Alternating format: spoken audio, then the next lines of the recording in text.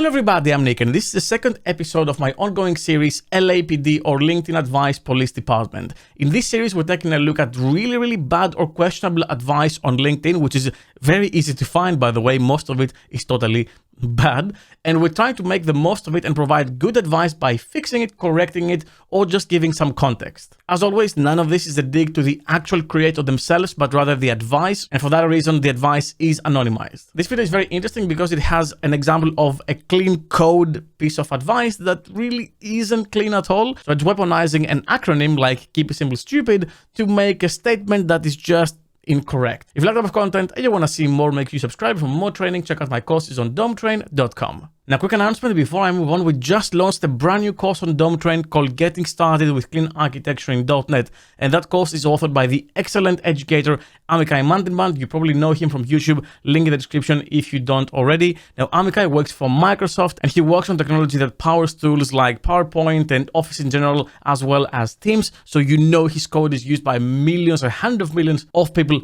every year. And after all the research he did when he made this course, he said, and to quote him, "This is the best clean architecture course you're going to find out there for .NET." Now, to celebrate the launch, I'd like to offer the first 500 of you a 20% discount code. So check the link in the description and use the code you see on your screen right now at checkout to claim the 20% discount. And two more things, there will be a deep dive course coming on clean architecture. So if you buy this course, you're going to get a special discount code for that deep dive as well, as long as you subscribe to our mail list. So go on Dometrain, scroll all the way to the bottom and put your email down. We're going to cross-check everything and we're going to send you a code. And if you also want to get started with DDD, which can be paired with clean architecture during checkout, you can add that course as well for a discounted price too. All right, enough with that. Now back to the video. All right, so let's take a look at the advice I want to talk about. And this video will mostly focus around this single piece of advice because it's very important.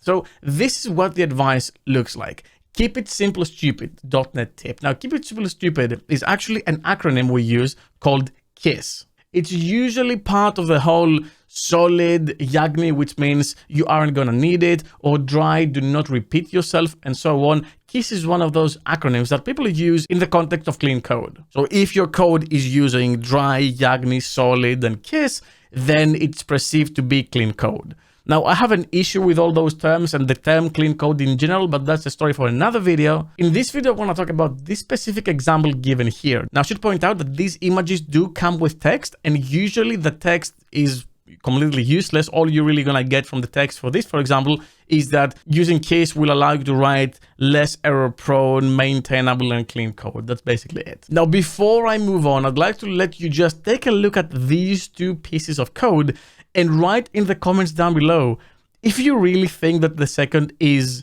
simpler.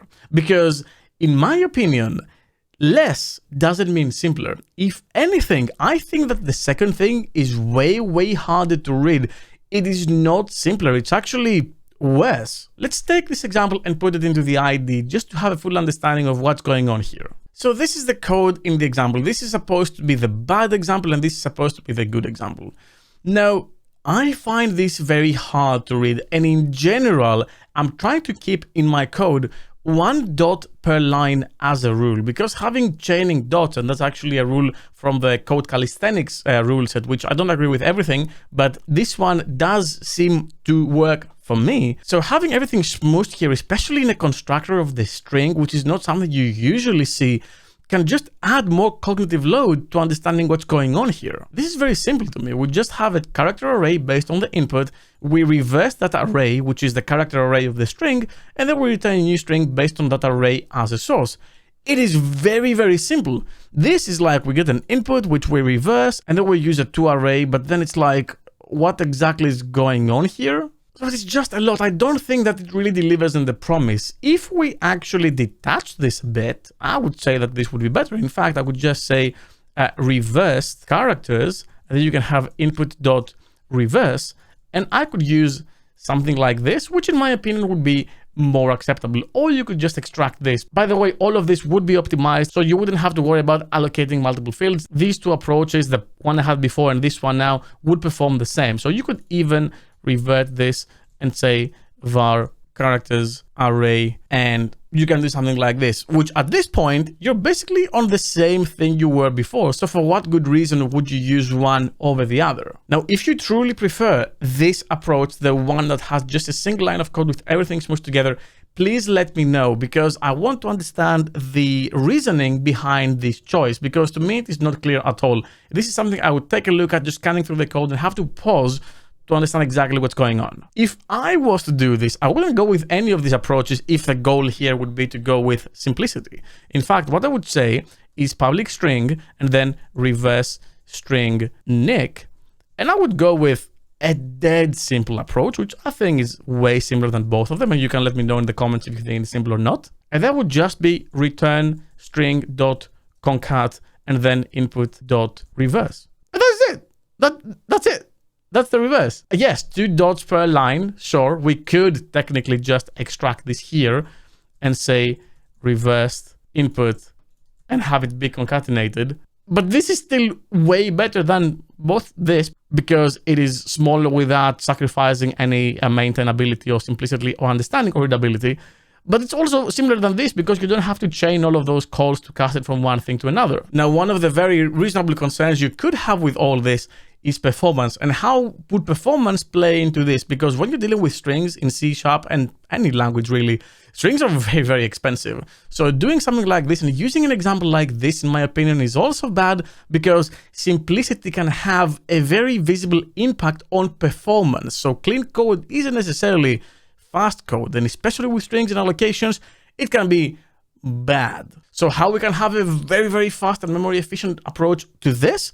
Well, I'll show you. We can go and say public string reverse string and then fast and have the same input over here. And then I can say return string dot create, and I can use the delegate approach. So I can say the length of this string will be input dot length because I know the length of the incoming string, and the reverse string will be of the same length. Then I'm going to use the state as the input, the initial buffer. So it's going to be the input itself, the string itself. And then I'm going to have my characters and my state as parameters. And all I'm going to say is take that state and copy it into that character set that I have over here. And then that character set, just reverse it. Now, this is certainly more complicated, but it's not too complicated to render it unusable. But not only is it the fastest, but also the most memory efficient out of all the other examples. Let's go ahead and add some benchmarks to see how fast it is. So let's take a look at the benchmark I have over here. So I have this string reverse benchmarks. I'm initializing the class where I wrote all of these different approaches. And then I have a benchmark with 2 different parameters, a small string and a bit of a longer string, to see how it scales and how memory scales with longer strings. Then all I'm doing is I'm just calling the bad, the good, the nick, which is my opinion of a very simple approach to do that exact thing, and then the fast approach of doing that thing. So I'll go in the program.cs and say benchmark runner.run, and then I'm going to say string reverse benchmarks. And let's go ahead and turn this into a release mode, build, and run the benchmark and see what we get in terms of performance, both speed and memory.